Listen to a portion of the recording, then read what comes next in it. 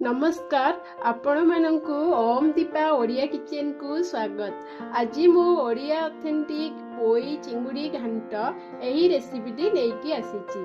आशा करूची आपण मानकु निश्चिंत भल लागिवो।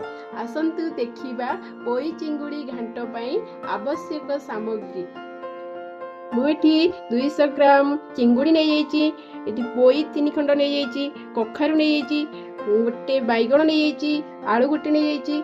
आसन तेल एबे गरम हो गलानी, चिंगुड़ी की पकई देबा, फ्राई कर देबा।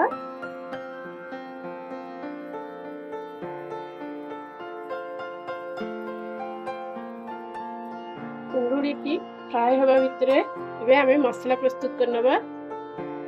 मसला प्रस्तुत करिया पे गोटे जार नै जाईची, मसला जार भितरे किछि पियाज नै जाउची, रसुण नहीं जाऊँगी, सुखिला लंका दे दूची, फाड़े टमाटो दे दूची, गोटे चम्मच सोरिष दे दूची, हाफ चम्मच जीरा दे दूची। याकू एबे भल भाबे गोटे पेस्ट बनै दूची। देखंतु एबे चिंगुड़ी फ्राई हो जाईची, को एबे काढिकरी रखि दउची।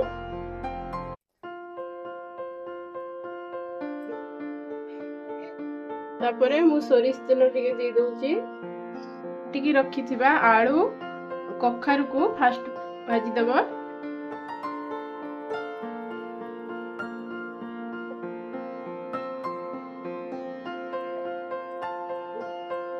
मैं बैगन को पकी दूची, लूण दे दूची, लूण देकी ताकू टिके गोळै दूची।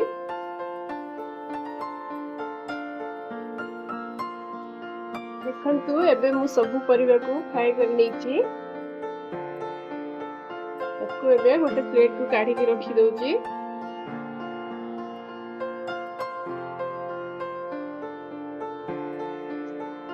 तो एबे पोई भाजीबा पई अल्प टिके तेल नै जाईची।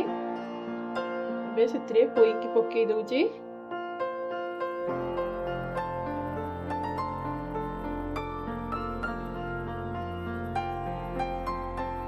एबे अल्प लूण पोई भाजी पकई दउची। लूण पकेଇବା द्वारा भाजी लूण सब पशिଯିବ।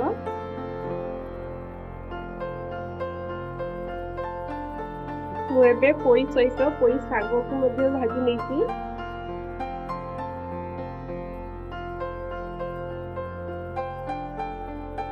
ଗୋଳେଇ ଦଉଛି। देखंतु एबे पोई और पोई ଶାଗ ମଧ୍ୟ ଭଲ से फ्राई हो जाइए।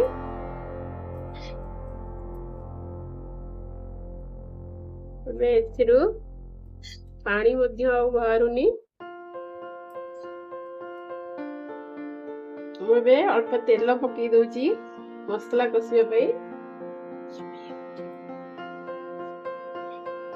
देखंतु तेल गरम होला परे मु एबे अल्प पंच फुटण दे दउची सेतरे।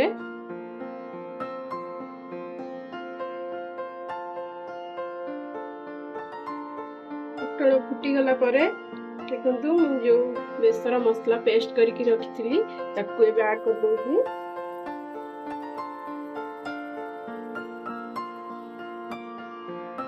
मैं एबे आवश्यक अनुसार लंका गुंड, हल्दी गुंड और लूण दे दउची।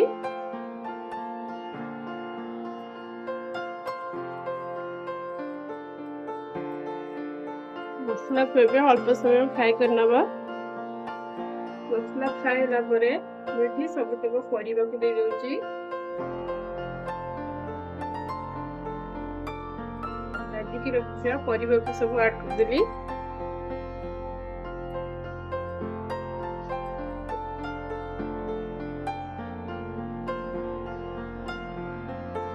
एबे पोई की ऐड कर दउची।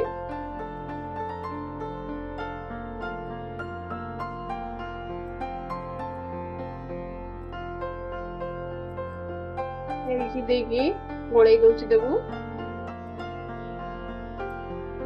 जे पानी अल्प देगी से समय फुटिया पई छाड़ी दबा। एबे अल्प टिके लुण आड कर दूची आगरू लुण देते अल्प लुण देकी घोड़े फुटापी छाड़ अल्प परिवा भी सीझी गला अधा अधा मु भाजिकी रखी चिंगुड़ी की ऐड कर दूची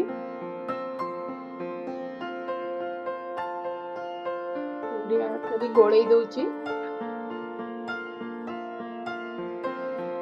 5 मिनट सीझा को छाड़दवा आसतु देखा मोर पोई घंट केमती प्रस्तुत होती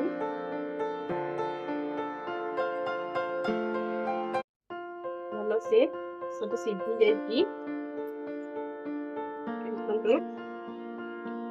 ग्रेवी भी बहुत बढ़िया होती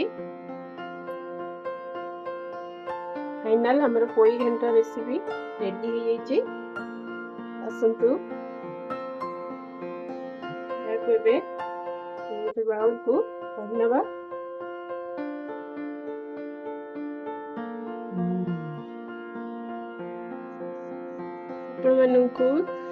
पोई घंट रेसिपी जदि भल लगी प्लीज लाइक सब्सक्राइब शेयर करने को जमा भी भूलु नहीं। रही बाय बाय।